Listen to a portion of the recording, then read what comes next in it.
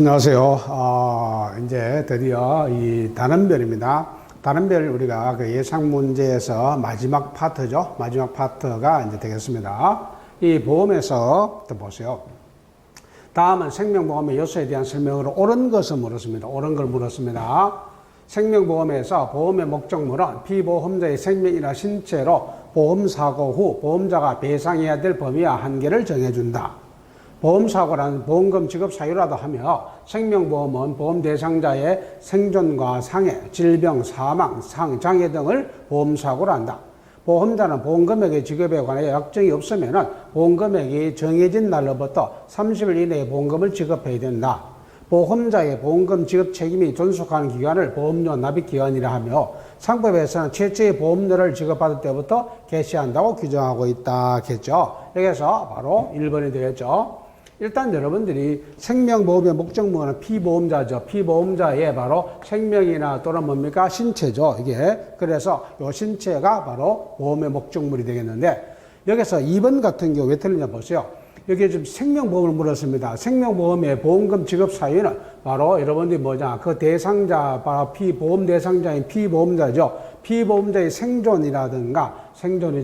그 다음에 여러분들이 사망이라든가 이와 같은 것을 보험사고로 보죠. 그러니까 여러분들이 상해라든가 질병이라든가 이와 같은 것은 뭡니까? 이것은 제3보험의 영역이죠. 제3보험. 이거는 좀 생명보험을 물었습니다. 생사, 사람이 살았을 때, 죽었을 때, 그 다음에 생사 혼합이 바로 이 생명보험의 바로 여러분 보험사고가 되는 거잖아요. 이게. 그러니까 상해라든가 질병 이런 것은 제3보험이죠. 그 다음에 보험자나 보험금액 지급에 특별한 약정이 있는 경우는 약정에 따르면 됩니다. 만약에 이런 특별한 약정이 없다면은 이건 뭡니까? 보험 금액입니다. 보험 금액이 결정된 날로부터 며칠 이내에 10일 이내죠. 그 10일 이내에 보험금을 마다 지급해야 되는 겁니다.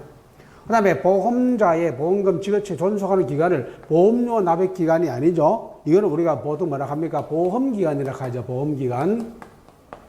이 보험기간은 보험회사가 뭐 하는 기간? 책임을 지는, 그 직업에 책임을 지는 기간을 무슨 기간이라 한다? 보험기간이라 하고, 보험료를 내는 기간, 납입기간하고는 전혀 상관이 없는, 그래서 여러분들이 보험기간과 보험료 납입기간이 일치하면 뭐라 했어요? 전기납. 그 다음에 보험료 납입기간이 보험기간보다 짧으면 뭐라 해서 단기납 이렇게 해가지고 설명하고 있죠. 그래서 이건 여러분들이 바로 이게 보험료 납입기간이 아니고 보험기간이 돼야 됩니다, 이게. 그 다음에 최초의 보험료를 지급받은 때부터 개시하죠. 맞죠? 그러니까 보험회사는 뭘 받지 않으면, 보험료를 받지 않으면 보험금을 막 필요 없다? 지급할 필요가 없다. 이래야 되는 것이죠. 다음 생명보험입니다. 설명으로 옳지 않은 것을 물었습니다. 옳지 않은 거. 국가라든가 지방자치단체 또는 공공법인에 의해서 경영되는 보험을 공영보험이라고 한다. 가정경제에 있어서 정례에 발생할 경제적 필요에 따라서 장기적이며 직접 적절한 준비를 행하는 것을 생활설계를 한다. 자산운용 결과 실제 이율이 보험료 계산에 사용한 예정 이율을 초과했을 때는 이익금을 2차 이익이라 한다. 생명보험 사업을 영위하는 데 있어서 제1례 이후의 보험료를 수금하는 데 저희들은 일체 경비를 순보험료라 한다. 바로 옳지 않은 건 이거 몇 번입니까? 4번이 되겠죠. 그럼 여기서 여러분들이 순보험료죠. 이게 순보험료하고 부가보험료가 있는데 주로 이런 순보험료는 뭡니까? 이거는 보장을 위한 여러분들이 보험료잖아요, 이게. 그래서 여러분들이 바로 사망보험이라든가 생존보험이라든가 이와 같은 것을 가지고 말한다? 순보험료라 얘기하죠. 그럼 여기서 이 보험사업을 위한 보험료를 수금하는 겁니다. 이거는 무슨 보험료입니까? 부가보험료죠, 부가보험료. 그래서 이게 부가보험료는 뭡니까? 신계약비라든가 유지비라든가 수금비를 가지고 뭐라고 얘기한다? 부가보험료라고 얘기하는 것이잖아요, 이게. 그래서 옳지 않은 것이니까 바로 몇 번? 4번이 되겠죠, 이게. 이거는 국가나 자치단 운영을 요 공영되는 공영보험이 있죠. 이게 뭡니까? 공영보험을 가지고 사회보험이라고 얘기하죠. 사회보험이 맞습니다. 그 다음에 여러분들 바로 생활 설계를 적절하게 잘해야만이 노후가 뭐예요? 노후가 편하죠? 그래, 생활 설계를 미리미리 잘 해가지고 미리 대비를 잘 하는 것이 중요한 거잖아요. 이게 생활 설계 맞죠? 그 다음에 이제 봐. 이율에 의해서 이익이 생겼으니까 이걸 가지고 뭐라 얘기한다? 2차 이익. 사업에 의해서 이루어진 것을 가지고 뭡니까? 바로 비차 이익이라고 얘기하는 겁니다, 이게. 그래서 다음에 위험률에 따라서 나타나는 것을 가지고 뭐라 한다? 위험률 차익 이렇게 얘기합니다. 그래서 위험률 차익, 이 차익, 비차익 이렇게 해서 여러분들이 구별을 해 주시면 되겠죠. 이게 그래서 답이 4번이 되는 겁니다. 그 다음에 보험계약의 성립과 체결입니다. 그 체결에 대한 내용이다. 옳은 것은 물었습니다. 옳은 것은 보험자는 청약일로부터 15일 이내에 계약을 성납 또는 거절을 하여야 되며 10월 이내에 성납이나 거절의 통지가 없으면 성납된 것으로 본다. 피보험자가 신체검사를 받아야 하는 경우에는 성납과 거절의 기간은 신체검사를 받은 다음 날로부터 기산한다. 보험자는 보험 청약에 대해서 계약을 거절할 수 있으며 이 경우 보험료를 받은 기간에 대해서 예정 이유를 연단위 복리로 계산한 금액을 보험료에 대해서 돌려준다.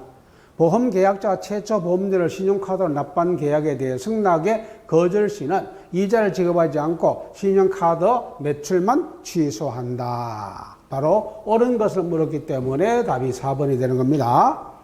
1번 보세요. 보험자는 이제 보험회사자 청약일로부터 며칠이 됩니까? 30일 이내죠. 30일 이내에 성낙을 하든지 뭐 하든지 거절을 하든지 둘 중에 하나 가부를 결정해야 됩니다. 그래서 성낙이나 거절을 해야 되는데 만약에 이것을 30일 이내에 성낙이나 거절의 통지가 없으면 뭐 한 것으로 본다? 성낙한 것으로 간주하죠. 성낙한 것으로 의지한다 하는 것은 간주한다 하는 것이죠. 이건 다 30일 돼야죠.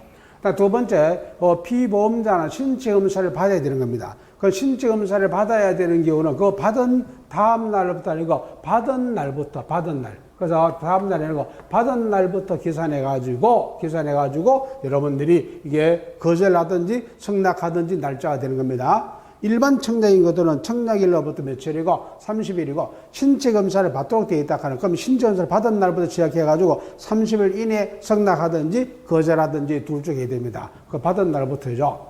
그다음에 여러분들이 이제 만약에 보험회사가 청약을 만다, 청약을 거절한다. 이게 그럼 청약을 거절할 때는 예정 이율에다 플러스 뭡니까? 1% 뭡니까? 가산을 해야죠. 그래서 바로 예정 이율에다가 1% 뭐해서 가산을 붙여가지고 연단위 복리를 계산한 금액, 그 원래 받은 보험료에다가 이 이자를 뭐 해가지고 더해가지고 지급해줘야지. 만약에 보험계약자가 이를 처리하는 겁니다. 보험계약자가 처리하는 경우에는 뭐 할 수 있습니다. 보험계약자는 계약을 맺은 날로부터 30일, 그 다음에 청약서, 우리가 이제 보험증권이죠. 보험증권을 받은 날로부터 15일 이내에 뭐 할 수 있다? 이를 청약을 처리할 수 있어요. 그럼 보험계약자가 처리할 때는 보험회사는 받은 돈만 내주면 됩니다. 그러나 이거는 보험회사가 거절하는 거기 때문에 받은 돈만 들려주면 안 되고 받은 돈에다가 예정 이율에다가 1% 뭡니까? 연단위 복리를 플러스해서 지급을 해줘야 되는 겁니다. 만약에 이제 최초 보험료를 신용카드로 납부한 계약을 성낙 거절한다 합니다. 그때는 뭐 이 돈을 계산하는 현금으로 받았을 때 이렇게 해주는 거지만 카드로 받았을 때는 카드 매출만 뭐 하면 됩니까? 취소하면 되죠. 그래서 맞는 거니까 답이 4번이 되는 겁니다. 이게. 그 다음에 다음은 생명보험의 계약과 관련된 내용이다. 옳지 않은 것은 냈습니다. 보험계약은 특별한 방식을 요하지 않는 분류식 낙성계약이므로 보험계약자의 청약과 보험자의 성낙으로 성립한다. 그 다음에 보험자의 성낙의 방법에는 특별한 제한이 없으나 보험실무에서는 성낙비 의사 표시로 보험증권의 교부로 가름한다.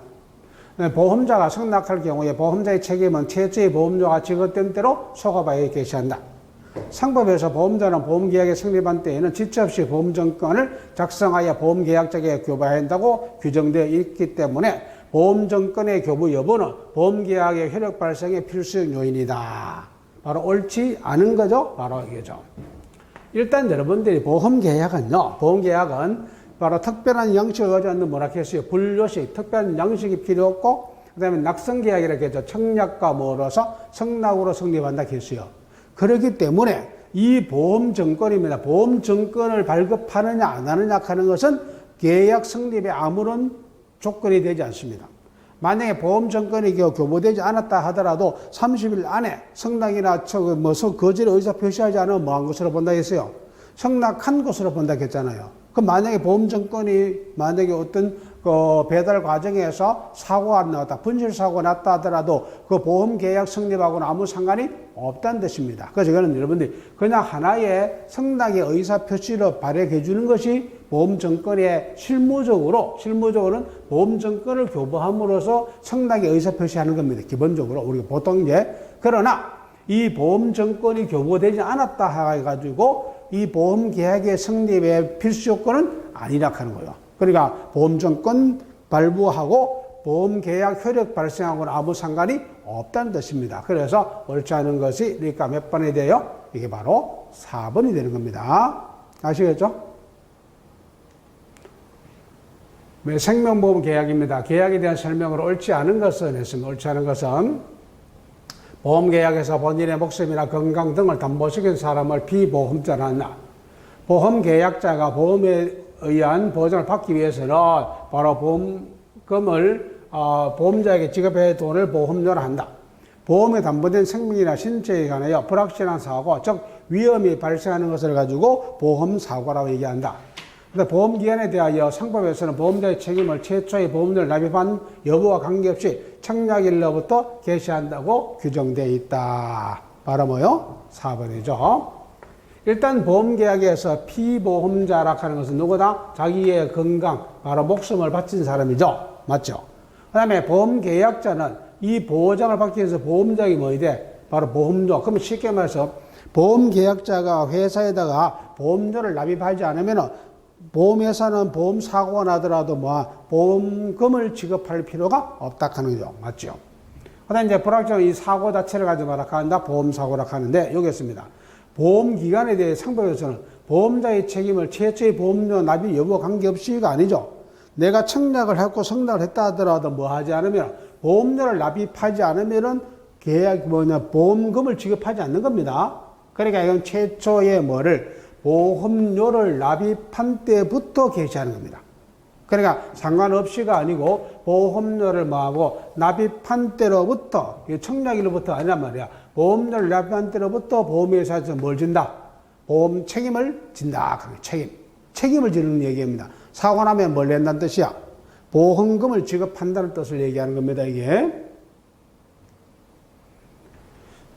보험계약의 일반적인 내용으로 옳은 것은 했습니다. 옳은 것은 보험계약자나 보험증서를 받은 날로부터 30일 이내에 통신판매의 경우는 바로 10월 이내에 청약을 철회할 수가 있다. 다음에 보험계약자가 보험계약을 철회하는 경우에는 보험자는 받은 보험료만 돌려준다. 사기에 의한 초과, 중복보험이라든가 피보험자의 자격 미달, 기발생한 사고 등은 보험계약의 취소 사유당하며 보험금 지급 사유가 발생하더라도 보험금을 지급하지 않는다. 보험자의 법률 위반이 존재하거나 고객의 자필 설명 미이행 등은 보험계약의 무효 사유에 해당된다.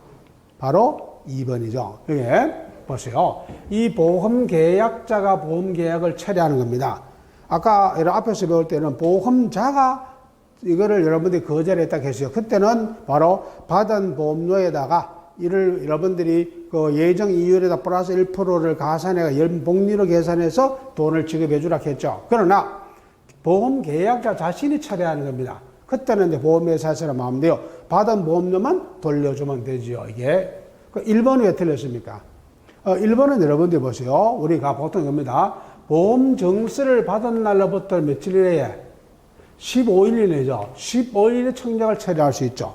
그 다음에 통신판매 계약인 경우에는 뭡니까? 이거는 30일입니다. 30일. 그래서 내가 보험 계약을 청약한 날로부터는 30일이고 보험 증거를 받은 날로부터는 얼마야? 15일 이내에 내가 이를 할 수 있다? 청약을 철회할 수가 있죠. 그래서 30일이 아니고 15일이 돼야 됩니다. 그 다음에 만약 인터넷으로 통신 판매한 경우에는 바로 30일이 되는 것이고 3번 보세요. 사기에 의한 초과보험이라든가 중복보험이라든가 자격 미달 이미 발생한 사고입니다. 이런 경우는 바로 이런 취소 사유가 아니죠. 이거는 무효 사유죠. 무효. 그 다음에 4번을 보세요. 보험자의 법률 위반 존재하거나 고객 자필 서명을 미이행하다 이런 것은 바로 무효 사유가 아니고 뭡니까? 이거 취소 사유가 됩니다. 취소.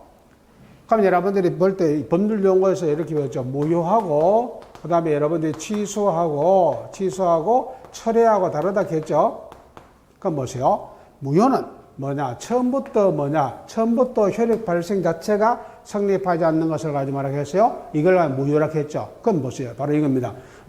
사기에 의해서 중복보험이 들거나 피보험자 자기 미달되거나 이미 발생한 보험입니다. 이런 것은 무효 사유이기 때문에 처음부터 말하다 이 보험계약은 성립하지 않습니다. 성립하지 않기 때문에 사고가 나더라도 보험금을 맞이하는 겁니까? 지급하지 않는 겁니다. 이게.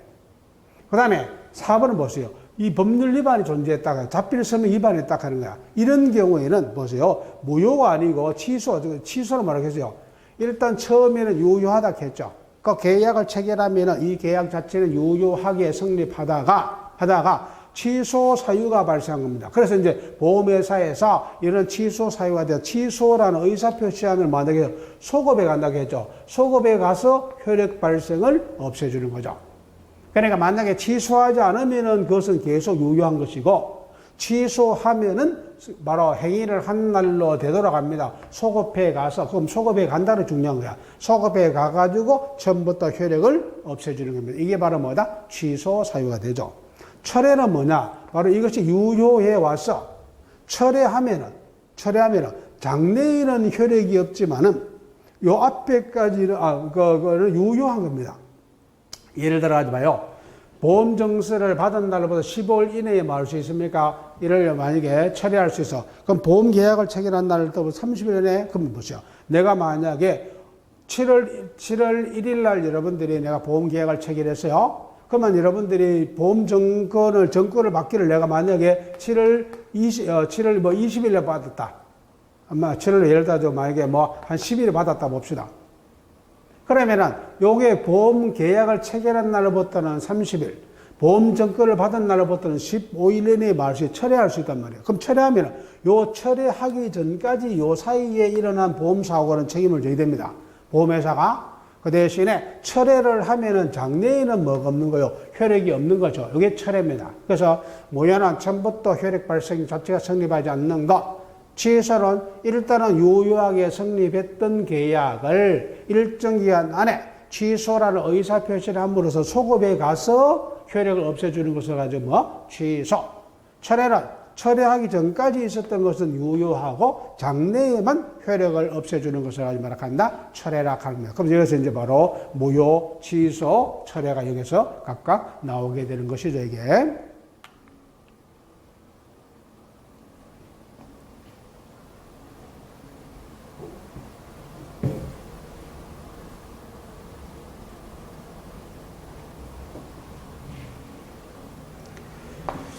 그 다음에 보험계약의 실효에 대한 설명으로 옳지 않은 것은 계속 실효입니다. 보험계약의 실효란 특정 원인이 발생하여 계약의 효력의 장래에 대해서 소멸하는 것을 말한다. 보험회사가 파산성을 받고 3개월 경과, 그 다음에 금융감독으로부터 허가 취소, 법원으로부터 해산 명령을 받고, 그 다음에 여러분들이 3개월 경과 등은 당연 실효 사유에 해당한다. 모든 보험계약에서 보험계약자나 보험사고가 발생하기 전에는 계약의 전부터 일부를 자유롭게 해지할 수가 있다. 보험자는 계속보험료 미지급, 고정의 위반, 통지의무 위반 등의 경우에는 해지권을 행사할 수가 있다. 그럼 여기서 보세요. 우리가 이게 기본적으로 이제 문제는 옳지 않은 걸 물었단 말이야. 이게 그럼 보세요. 우리가 3번이죠. 여기서 일단 보세요. 이 보험계약에서 실효라 해서 실효라는 효력을 잃는다는 뜻이죠.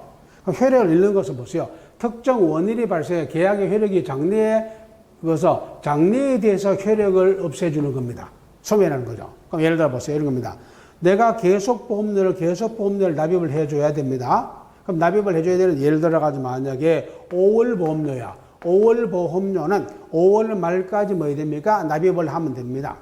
그럼 민영보험 같은 경우는 뭐라고 했어요? 다음 달 말. 그러면 5월 보험료를 5월 말까지 납입을 하지 않았다. 이거 실효시키는 건 아니잖아요. 다음 달 말까지죠. 그러면 6월 말까지입니다. 6월 말까지만 입금하면 이 보험은 계속 효력을 가지는 겁니다. 그런데 만약에 6월 말까지 이걸 보험료를 입금하지 않으면 이 보험은 뭐 한다? 실효된다. 이게 바로 실효가 되는 겁니다. 실효. 그러면은 그 이후에 보험 사고에 대한 책임을 지지 않잖아요. 그 대신에 우측 보험은 한 달 더 준다 했죠. 그래서 다음 달 말, 그럼 7월 말까지입니다. 7월 말까지만 입금하면 이 보험은 계속 유지되는 겁니다. 그러면 7월 31일 자정을 기해서만 한다. 이 보험은 효력을 잃어버려. 이걸 가지고 뭐라 합니까? 실효, 소멸하는 거 맞죠? 그 보험회사가 예를 들어 파산송을 받고 3개월 경과하거나 금융당국으로부터 허가 취소, 법원으로부터 해산 명령 이런 등을 경우에는 바로 이 당연은 뭡니까? 무조건 실효 처리되는 겁니다. 이거는 나하고 관계없이 보험회사가 파산했기 때문입니다. 하면은 이 보험은 실효가 되는 겁니다, 이게. 그 다음에 이 보험자는 계속보험료 미지급, 보세요. 바로 고지 위반, 통지 위반 이런 등의 경우 해지권을 행사할 수 있죠. 그러니까 만약에 여러분들이 보세요. 계속보험료를 지급하지 않는다, 내지 않는다 하는 거야. 그러면 당연히 뭐 할 수 있습니까? 실효 처리할 수가 있잖아요. 가능합니다. 그런데 모든 보험계약에서 보험계약자는 보험사고가 발생하기 전에는 계약의 전부부터 일부를 자유롭게 해지할 수 있다 되어 있죠. 여기서 모든 계약이란 말 때문에 틀린 겁니다. 만약에 여러분 이런 경우입니다. 보험계약자하고 피보험자가 일치해.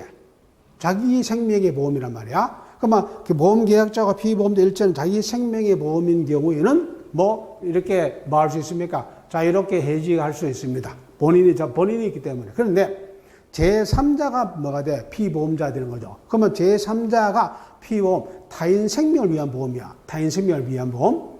이런 경우에는 뭐한데? 제3자입니다. 그 사람의 뭘 받아야 됩니까? 동의를 받든지, 서면 동의를 받아야 됩니다. 이게, 서면 동의를 받든지 아니면 뭡니까? 만약에 이런 경우야, 보험계약자가 A고 피보험자가 B란 말이야. 그러면 자기를 위한 것이 아니라 타인 생명을 위한 보험이 됐다 하는 거야. 이런 경우에는 이 B에 뭘 봐야 됩니까? 서면 동의를 받고 해지할 수 있다 하는 거야. 그러니까 이게 모든 보험계에서 보험계약자가 자유롭게 해지할 수 있는 것은 아니라 하는 겁니다, 이게. 그래서 자기 생명의 보험이면은 보험계약자가 피보험자이기 때문에 자유롭게 해지할 수 있지만은 바로 타인 생명의 보험인 경우는 바로 피보험자의 뭘 받아야 된다? 피보험자의 여러분들이 서면 동의를 받고 할 수 있다? 이를 해지할 수가 있다. 이렇게 여러분들이 이해하셔야 됩니다. 다음 보험계약의 고지 의무에 대한 설명을 옳은 것을 보기 위해서 옳은 것만 찾으면 고지 의무 당사자는 보험계약자, 피보험자, 보험수익자이다. 이거 틀렸죠? 보험수익자가 이거는 고지 의무자가 아니죠. 그럼 예를 들어 자기 생명의 보험이면 보험계약자가 모든 고지 의무자가 되는 것이죠. 만약에 타인 생명의 보험이면 제3자가 피보험자가 되는 거야. 그러면 누구도 피보험자도 뭐 해야 돼요? 고지 의무가 발생하잖아요. 이게. 그러나 보험 수익자는 이거는 전혀 상관이 없죠. 그 다음에 고지 의무는 청약 시에 이행하고 부활 시에는 면제된다. 틀렸죠? 그럼 뭐를 보세요. 만약에 어떤 보험을 실효됐다 하는 겁니다. 실효된 보험입니다. 이 실효된 보험을 다시 뭐 하는 겁니까? 2년 안에 부활 청약을 부활입니다. 부활 청약을 할 때도 보세요. 왜 고지 의무가 면제되면 안 되는가 합니다. 그럼 요 사이에 여러분들이 혹시라도 내가 보험회사가 알지 못하는 병에 걸릴 수 있잖아요. 그럼 이런 보험금을 노리고 다시 부활을 신청할 수가 있다 하는 겁니다. 그래서 이거는 무조건 제일 처음에 청약할 때도 무슨 의무가 있다? 고지 의무가 있지만 여기서 바로 부활 청약할 때도 무조건 고지 의무를 해야 된다 하는 거예요. 고지 의무가. 그래서 이거는 틀렸죠. 보험자가 고지 위반 사실을 안날로부터 1개월 이상 지났을 때는 보험계약을 해지할 수가 없다. 맞죠? 이미 보험회사가 고지 의무를 위반한 것을 알았단 말이에요. 알고 난 다음에 1개월 이내에 그걸 계약을 해지해야 되는데 하지 않았어. 그러면 뭐 할 수 없다? 해지할 수가 없죠. 그래서 1개월이 경과되면은 해지할 수가 없다. 맞습니다. 근데 보험자는 고지 위반 사실이 보험금 지급 사유 발생에 영향을 미치지 않았음을 증명된 경우는 보험금을 지급해야 된다. 맞죠?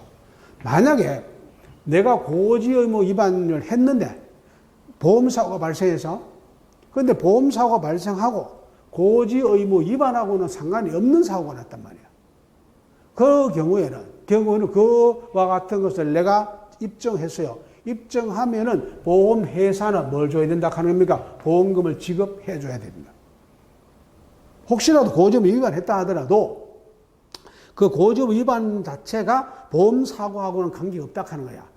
그런 것을 입증되면은 이게 이제 일치된다 하는 것을 보험회사가 입증하면은 보험금을 지급할 필요가 없지만은 입증하지 못하면은 바로 입증하지 증명되지 않았다 하는 겁니다. 그래서 미치지 않았다 하는 증명됐다 하는 거야.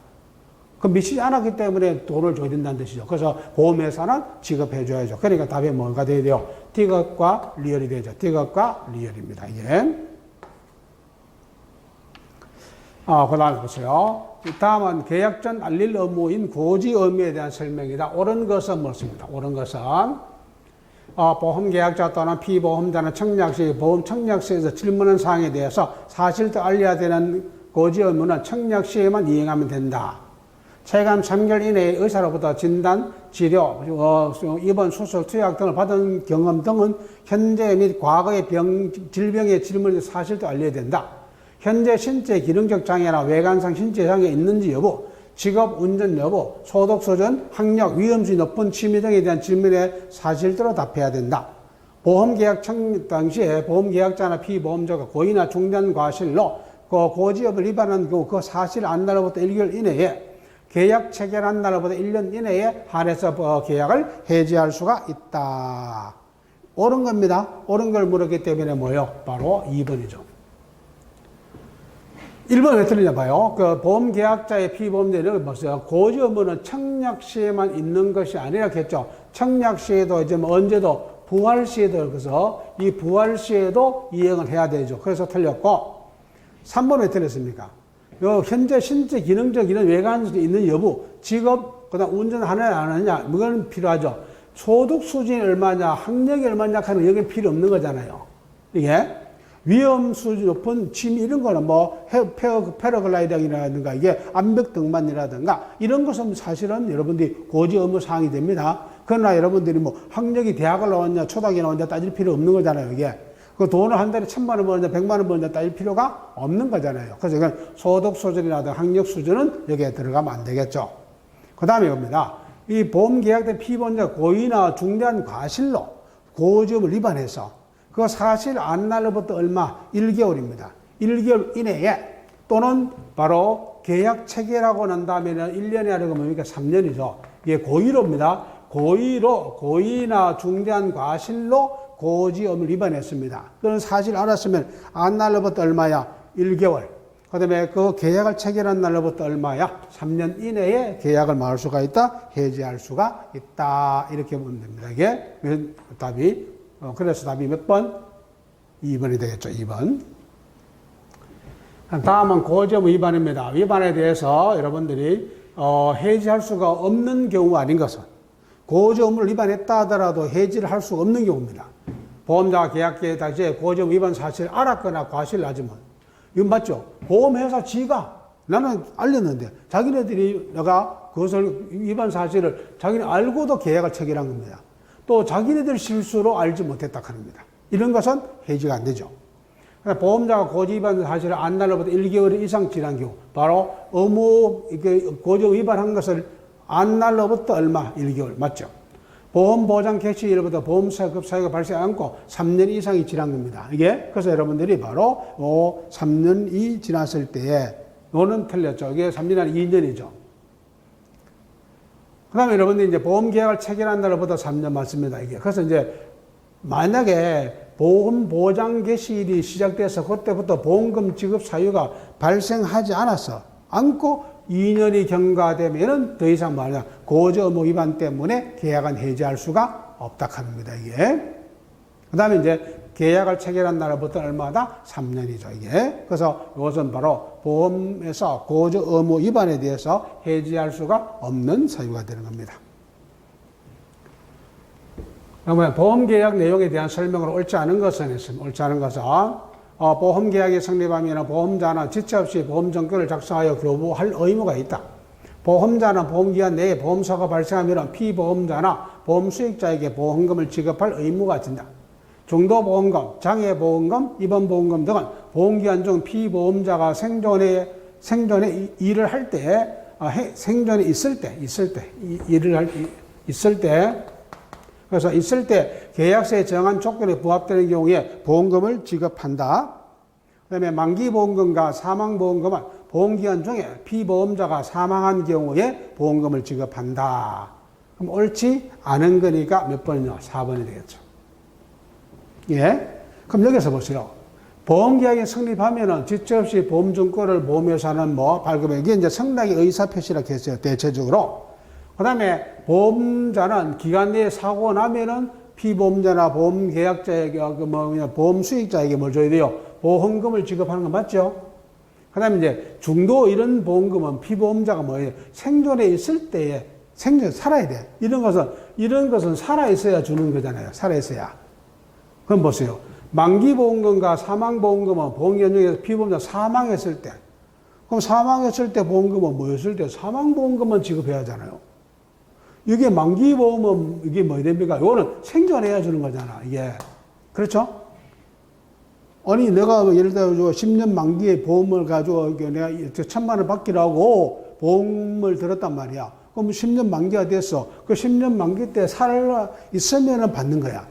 사망했으면 받으면 사망보험금이 되는 겁니다. 그래서 여러분이 생존보험금은 살아있어야 주는 것이고, 그 다음에 사망보험은 뭐 됩니까? 죽어야 주는 거잖아요. 그럼 내가 죽지 않았기 때문에 아직까지 뭘 못 받는 거요? 사망보험금을 못 받아, 이게.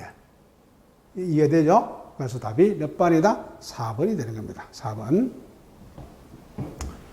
그 다음에 보험자의 보험료 반환 의무입니다. 반환 의무에 대한 설명으로 옳지 않은 것은 했어요. 보험계약의 전부 또는 일부가 무효인 경우에는 보험자는 납입보험료의 전부 또는 일부를 반환할 의무를 진다. 보험사고가 발생하기 전에 보험계약자는 언제든지 보약 전부 또는 일부를 해지할 수가 있다. 그 다음에 보험계약자가 보험사고의 발생 전에 보험계약의 전부 또는 일부를 해지한 경우 보험자는 다른 약정이 없으면 미경과 보험료를 반환할 의무를 진다. 그 다음에 이 보험계약자와 피보험자가 다른 타인 생명의 보험을 보험계약자가 그 타인의 동의를 얻지 아니하거나 보험증권을 소지하지 아니하면 그 계약을 해지하지 못한다. 이게 뭐요? 1번이죠? 이거는 보세요. 여기서 일단은 뭐냐면 보험계약에서 전부 일부가 무효가 됐어.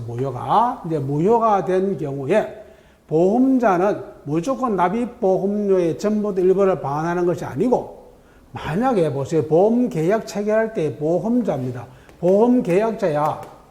이 보험계약자가 무효 사유가 됐을 때 이게 고의나 과실입니다. 만약에 고의나 과실이 있었다면은 이거는 뭡니까? 이거는 반환하지 않는다 합니다.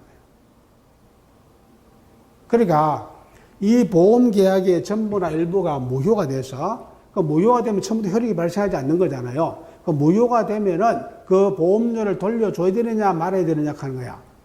그럼 보험료를 돌려주는 경우는 그 보험계약자가 고의나 과실이 없었으면은 전부나 일부를 반환해주고, 만약에 바로 이렇게 보험계약자가 고의나 과실이 있었다, 중대한 과실이 있었다 하는 겁니다. 그래서 이 고의나 중대한 과실이 있었다고 판단되면은 받은 보험료를 돌려주지 않을 수도, 반환하지 않을 수도 있습니다.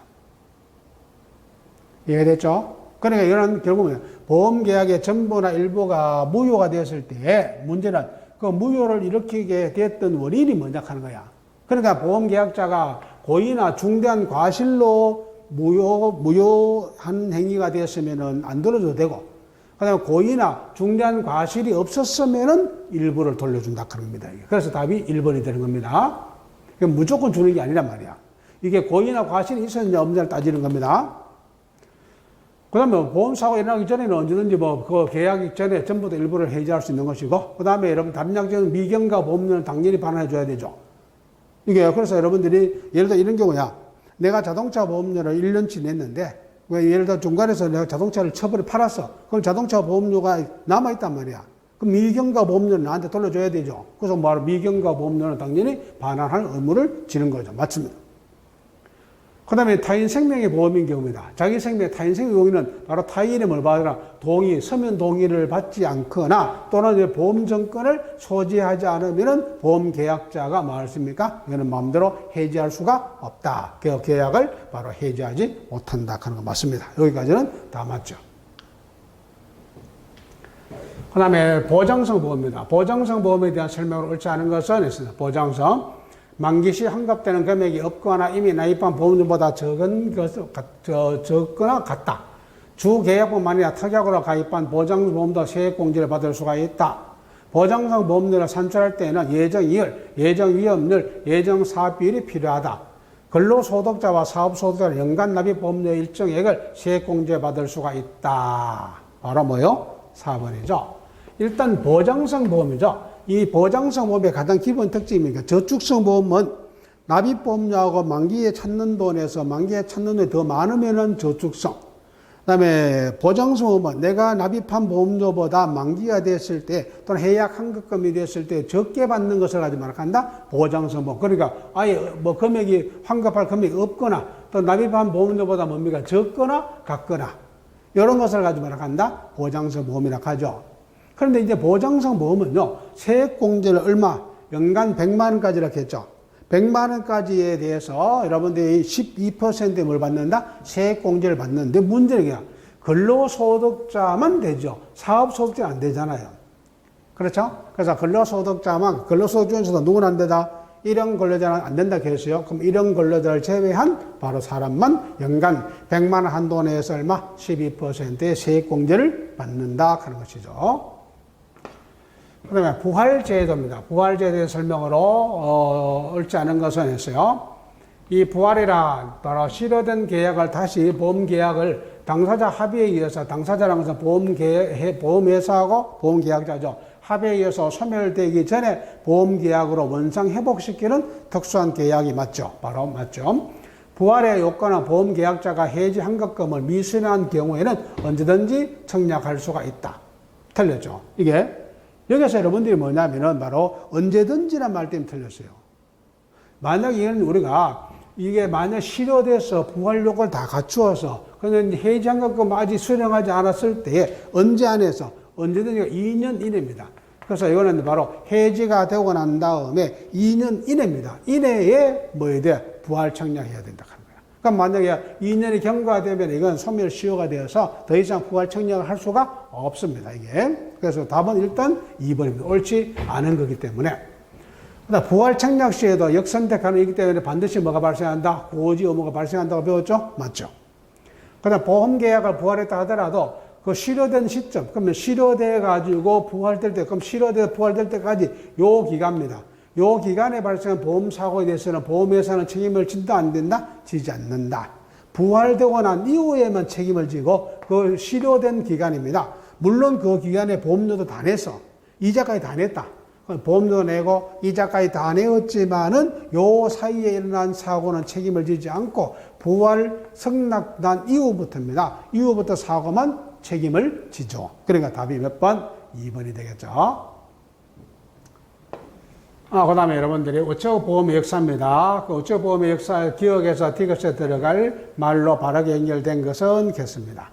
우체국보험은 바로 1900 얼마입니까? 1929년 제정된 1929년입니다. 제정된 조선간이생명보험령에 따라서 종신보험과 무슨 보험? 양로보험이죠. 종신보험과 양로보험입니다. 양로보험을 시판했고, 그래서 1952년 12월 국민생명보험법 및 우편연금법이 제정되면서 간이생명이 일본식 용어다. 일본식 용어를 뭐로 우리나라 바꿔서 국민생명보험으로 이렇게 여러분들이 명칭을 바꾸었죠. 이게.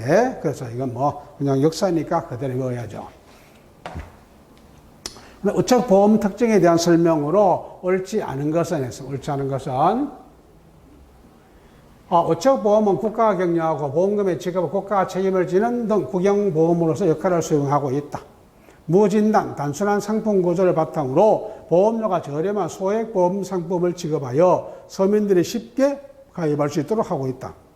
우체국 예금상품의 보험연가 보험상품은 국가가 격려하며 과학기술정보통신부 장관의 관장함으로 감사원 감사와 국회의 국정감사를 받는다. 우체국 보험사업의 운영에 필요한 경비는 과학기술정보통신부 장관이 국회와 협의하여 결정하므로 예산 집행의 내용 및 결산 결과를 감사원 및 국회에 보고한다. 요거는 4번이죠. 일단 여러분 1번은 뭐 우리가 국가가 직접 경영하기 때문에 모든 직업을 국가가 책임지는 국영보험이죠. 맞죠? 그 다음에 이제 주로 우체국 보험은요, 이제 서민들의 금융을 위한 것을 국가가 운영하는 그 중요한 이유 중에 하나잖아요. 그래서 여러분들이 바로 서민들이 쉽게 이렇게 가입할 수 있도록 액수도 낮추고 이렇게 돼 있지 않습니까? 그 다음에 이제 이거는 보험 국가가 경영하기 때문에 과학정보통신부 장관이 관장, 맞죠? 그래서 우편사업과 예금, 보험 이 모든 상품 누가 관장한다? 과학기술정보통신부 장관이 관장하죠. 맞죠? 그래서 반드시 정부 부처이기 때문에 누구의 감사받아야 됩니까? 감사원의 감사. 그러니까 국회도 뭡니까? 국정감사를 받지요. 그런데 여기에서 사업이 왜 틀리냐? 바로 필요한 경비를 국회와 협의하여 결정하는 것이 아니죠. 이거는 국회하고 협의하는 것이 아니라 누굽니까? 바로 여러분들이 기획재정부입니다. 그래서 이거는 기획재정부, 국회가 아니고 기획재정부야. 이게 재정부하고 협의하는 겁니다. 협의하여 결정하고 집행 내용 및 결산 결과는 감사원과 국회에 보고하는 거 맞아요. 이게 그러니까 우리나라에서 예산입니다. 예산 편성을 보세요. 우리가 보통 어떻게 하냐면 예산입니다. 요 예산 편성이 누가 하냐면은 정부가 합니다. 이 정부가 하는데 정부가 바로 누구냐면 기획재정부가 주무관청입니다. 기획재정부에서 여러분들이 뭐냐면은 바로 이게 예산을 이제 편성할 때에 각 부처가 있단 말이에요. 그럼 이제 기획재정부에서 각 지금 다 시달되어 있습니다. 각 여러분들이 부처에다가 각자 내년도에 그 부처에서 필요한 예산을 요런 양식에 따라서 전부 다 적어 올리라고 요청합니다. 그러면 이제 바로 기획재정부에서는 이것을 서로가 협의해서 이제 해준단 말이야. 그래서 이제 예산이 편성되면은 이걸 누구한테 보내주는 겁니까? 국회로 보내주는 겁니다. 국회가 예산을 뭡니까? 결정하는 겁니다. 편성권은 누구한테 있고 정부에 있고 예산에 대해서 심의 확정권은 누구한테? 국회에 있는 겁니다. 그 국회가 예산을 확정해 주면은 다시 정부가 이를 집행하는 겁니다. 집행하고 난 다음에 감사원에다 뭡니까? 결산검사를 다시 보내주는 거예요. 그래서 이제 감사원하고 국회에다 보고해 드리는 게 맞습니다. 예? 그래서 이제 예산을 결정할 때는 이게 국회는 예산을 편성하는 데는, 편성 결정하는 데는 직접 여러분들이 국회가 아닌 게 아니고 심의해서 확정해 주는 겁니다. 그럼 정부가 편성해서 보내준 것을 너무 많은 건 빼고 이렇게 해가지고 여러분들이 요만큼만 써! 하면서 심의해서 확정해 주는 것이 국회가 되는 것이죠, 이게. 그래서 모든 예산은 감사원의 감사 대상이고 국회의 뭡니까? 바로 감사 대상이 되는 겁니다. 그 다음에 우체국 보험증리금의 그 재원입니다. 조가당 운영에 관한 설명으로 옳지 않은 것은 했습니다. 옳지 않은 것은 우체국 보험증리금은 순보험료, 운영수입 및 우체국 보험 일반 회계 및 세입, 세출의 결산으로 잉여금으로 조성한다. 잉여금으로. 그 다음에 적립금은 과학정보통신부 장관이 운영한다. 적립금을 운영할 때는 안정성, 수익성, 유동성, 수익성 및 공익성이 확보되도록 해야 된다. 적립금은 주로 보험금 지급에 충당하고 여유자금은 유가증권 매입이라든가 금융기관 예치, 공공자금 관리 기금 등으로 우리가 이용하고 있다 되어 있습니다. 예. 이거는 뭐요? 바로 1번이죠. 이게. 여기서 보세요. 말을 잘 보세요. 이 우체국의 보험은 보세요. 보험료 운수증 우체국 일반 회계로 되어 있죠. 그럼 여러분들 일반 회계를 배웠습니까? 특별 회계를 배웠습니까? 바로 특별 회계라고 했죠. 특별 회계. 그래서 여러분들이 바로 우리가 이 의정사업본부에서 운영하는 모든 돈입니다. 이 돈들은 전부 다 뭐 하는 겁니까? 바로 여러분들이 일반 회계다, 특별 회계다, 특별 회계다 하는 겁니다. 이게. 그 일반 회계면은 너무 경직성이 있다 했죠. 그래서 사업을 하기 위해서 어느 정도 융통성을 발휘한다 했어요. 그래서 바로 특별 회계. 그래서 우리가 최신 사업이라든가 철도 사업이라든가 이런 건 전부 다 뭐다? 바로 특별 회계가 된다 하는 거 이게. 다 맞았는데 우체국 일반 회계가 아니고 우체국 보험 무슨 회계다? 특별 회계가 돼야 됩니다. 특별 회계에 따른 세입과 세출의 결산상 잉여금 등으로 운영하는 거죠.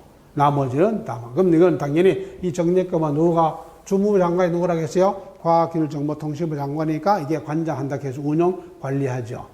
그다음 이 적립금은 중요한 게 이겁니다. 안정성도 상당히 중요하죠. 유동성 언제든 현금화시킬 수 있어야 됩니다.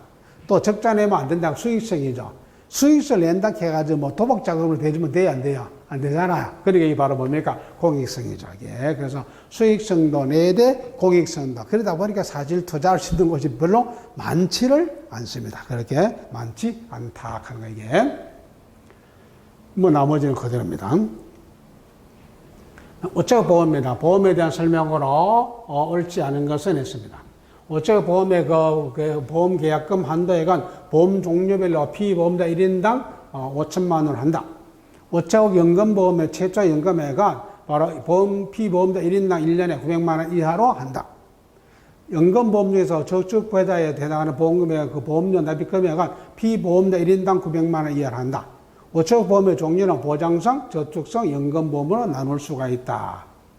바로 1번이죠. 연한 1인당 얼마입니까? 4천만 원이죠. 5천만 원이 아니고 4천만 원. 그래서 우리가 이 우체국 보험은요, 고액의 이런 보험들을 하는 것이 아니라 하는 거예요. 그래서 이제 서민금융을 주로 담당하다 보니까 그런 뭐 몇백억, 몇십억 이런 것을 전부 다 어디에서 하는 겁니까? 민영보험에서 하는 것이죠. 다 우체국 보험 중에서 저축성 보험에 해당하는 것은 겠습니다. 저축성 보험입니다. 이게. 이게 이제 보장성 보험, 저축성 보험, 연금보험이 있다 했어요. 그래서 우체국 생애 맞춤보험, 에버리지 복지보험, 어깨동무 연금보험, 그 다음에 우체국 자녀 지킴이 보험, 에버리지 복지보험이죠, 이게. 뭐 이거는 여러분들이 내가 이거는 어떻게 설명할 수 있는 게 아닙니다. 여러분들 교재에 가면은 가장 기본적으로 보장성 보험, 그 다음에 저축성 보험, 연금보험 이렇게 해가지고 종류별로 딱 이런 명칭을 딱 정해놨어요. 일단 그거부터 여러분들이 외워야 됩니다. 외우고 여러분들이 나머지 뭡니까? 이렇게 여러분 부족한 부분이라든지 이런 것은 이제 그 상품별로 자세한 내용을 별도로 외워야 돼요. 그래서 이제 무조건 보장성 보험, 저축성 보험, 연금보험 세 개를 먼저 구별하고, 그다음에 그 상품별로 여러분이 구체적인 내용까지 공부를 해줘야 됩니다. 그래서 시험 문제에서 어렵게 나오고 쉽게 나오고 가는 것이 이게 이런 상품입니다. 상품이 여러분 다 하나씩 외우지 않으면 안 된다 하는 것이죠. 그럼 다음은 우체국 보험에서 무효 사유입니다. 이제 아까 여러분들이 무효하고 취소하고 여러분들이 처리할 수 있다고 했죠? 여기서 여러분들이 뭐냐면 우리가 바로 이 무효 사유에 해당하지 않는 것은 물었습니다. 이게 타인의 사망을 보험금 지급 사유라는 계약에서 계약을 체결할 때는 피보험자의 서면 동의 얻지 않은 경우, 그건 뭐냐, 자기가 아닌 타인입니다. 피보험자를 제3자로 했을 때입니다. 피보험자의 서면 동의를 받아야죠. 맞습니다. 만 14살 미만자를 피보험자가 하여 사망을 보험금 지급 사유라는 계약. 틀렸죠. 이게 만 14세가 아니고 몇 세입니까? 15세죠. 그럼 옳지 아닌가? 답은 2번 나왔어요. 이게. 그래서 여러분들이 바로 15세 미만자를 사망을 전제로 또 심신상실자라든가 심신박약자를 피보험자에서 사망입니다. 이것도 두 가지 다 사망을 전제로 하는 겁니다. 이거는 바로 무효사유죠. 이게 보험에서 처음부터 혈액이 발생하지 않습니다.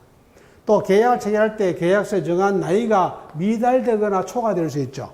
이게 그러면 여러분이 나이 제한을 60세 했는데 70세라든가 이런 것은 뭡니까? 그 자체가 이미 혈액이 발생할 수가 없죠. 그래서 나이가 미달되거나 초과했을 때도 당연히 이거는 뭐가 된다? 무효 사유가 되는 것이죠. 무효. 그래서 답이 몇 번? 바로 2번이 되겠죠. 그 다음에 이 우체국 장애인 전용입니다. 장애인 전용 어깨동무보험입니다. 여기에 대해서 옳은 것은 물었습니다. 옳은 것은 보험 수익자가 장애인인 경우 연간 4천만 한도에서 정려세 면제 혜택이 주어진다. 그 다음에 일종 생활보험 만 50세 이상의 자가 가입할 경우 80세 만기 10년 납에 한한다. 10년 납에 한한다. 그 다음에 2종 보장형, 암보장형 피보험자 가입 나이는 15세에서 70세이다. 예. 그 다음에 3종 상해 보장형은 가입 후 5년마다 건강진단자금을 지급한다 했겠죠. 여기서 바로 옳은 것이니까 답이 몇 번이요? 1번이죠. 그 보험 수익자가 장애인의 경우입니다. 장애인 경우는 바로 연간 얼마입니까? 연간 여러분들이 바로 4천만 원까지는 여러분들이 혹시라도 정려하더라도 증여세를 부과하지 않습니다. 이게 증여세를 부과하지 않는다 하는 겁니다. 2번은 어떻게 되냐면은 바로 이 50세 이상 가자가 가입할 경우에 80세가 되면은 만기 5년 납인, 이게 10년 납이 아니고 이게 뭐냐? 5년 납이죠. 5년. 그래서 여러분이 5년 단위로 이게 뭐 갱신형이 되는 겁니다. 5년 단위. 그래서 이거는 뭐 10년이 아니고 뭐다? 5년 납이다 하는 거. 그 다음에 여러분들이 이 3번입니다. 이종 암보장령이야. 암보장령은 여러분들이 가입 나이가 뭡니까? 0세죠. 0세부터 어세까지 70세까지죠. 그건 0세부터 70세까지가 가입할 수가 있는 겁니다. 0세부터 이게. 그 다음에 3종입니다. 상해 보장령은 가입후 매 5년마다가 아니고 얼마요? 2년마다죠. 2년마다 이제 건강관리 자금을 지급해 주는 겁니다. 건강관리 자금을. 그래서 2년마다 이래 돼야 됩니다. 그래서 이거는 이제 옳은 걸 물었기 때문에 답이 1번이에요. 그럼 이제 보세요. 이런 상품이 이제 물었을 때 사실 상품 하나 1종, 2종, 3종 이 상품에까지 다 여러분들이 공부를 해줘야 된다 하는 거야. 그래서 상품에서는요, 예금은 그렇게 어렵지 않은데 뭐가 어렵다 하는 겁니까? 보험이 상당히 어렵다 하는 겁니다. 보험이. 그 다음에 보세요. 이 모배당 5천억 보험 상품에 대한 설명 옳은 것을 물었습니다. 5천억 실손 정기보험은 1종 일반 가입과 2종 간편 가입으로 중복 가입할 수가 없다. 어깨동무 연금보험은 장애인 부모의 부양 능력 약화 및 그 위험, 장애 아동을 고려하여 15세부터 연금 수령이 가능하다. 그 다음에 무배당 5천억 든든한 종신보험에 주계약 가입금 2천만 원 이상 가입할 경우 주계약뿐만 아니라 특약보험료도 할인받을 수가 있다. 여성 암보험은 갱신형은 가입 후 2년마다 계약 해당 일이 되었을 때 살아있을 때 유방검진 비용으로 10만 원을 지급한다. 예. 그럼 여기서 여러분들이 바로 옳은 것을 물었다 한 겁니다. 이게. 그러니까 뭐요? 1번이 되겠죠? 이제 이런 상품이 나왔을 때는 여러분이 상품의 그 종류가 한 30몇 개 나와 있죠. 위험책에. 이거를 여러분들이 공부할 수밖에 없습니다. 이게. 그럼 여기서 여러분들이 뭐냐면은 우리가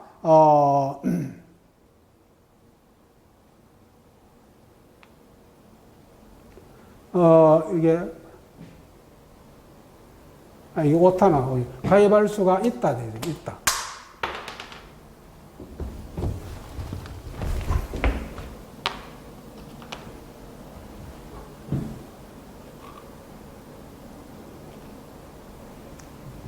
이거는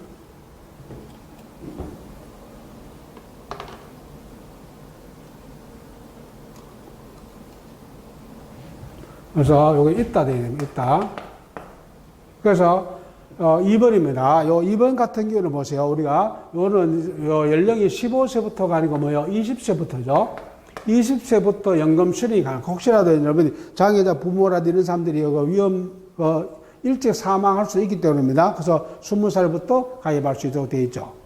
그 다음에 3번입니다. 요 3번 같은 경우에는 보세요. 여기가 이 무배당 든든한 종신보험 주계약 2천만 원 이상 가입했을 때는 주계약뿐만 아니라 특약보험료는 그럼 이거는 주계약보험료는 할인받을 수 있는데 요 특약보험료는 할인받을 수 없습니다. 이게 그래서 이거는 바로 주계약은 할인받을 수 있고 특약은 할인받을 수가 없죠. 그래서 둘 다 받을 수 있다 되기 때문에 틀렸다 하는 겁니다. 그 다음에 이제 4번 같은 경우는 뭐냐면은 바로 여기에 10만 원이 아니고 얼마 돼요? 20만 원이 돼요. 20만 원. 그래서 5m 5초 여성 암보험 같은 경우는 2년마다 해당 계약 살아있을 때는 이제 검진 비용을 얼마 준다? 20만 원을 지급한다. 그 다음에 이제 다음 보기 내용을 충족하는 이제 보험이죠. 예, 상품을 물었어요. 최초 가입은 0세부터 60세. 보험기한은 10년 만기, 갱신형이라 10년 만기라는 뜻입니다, 이게.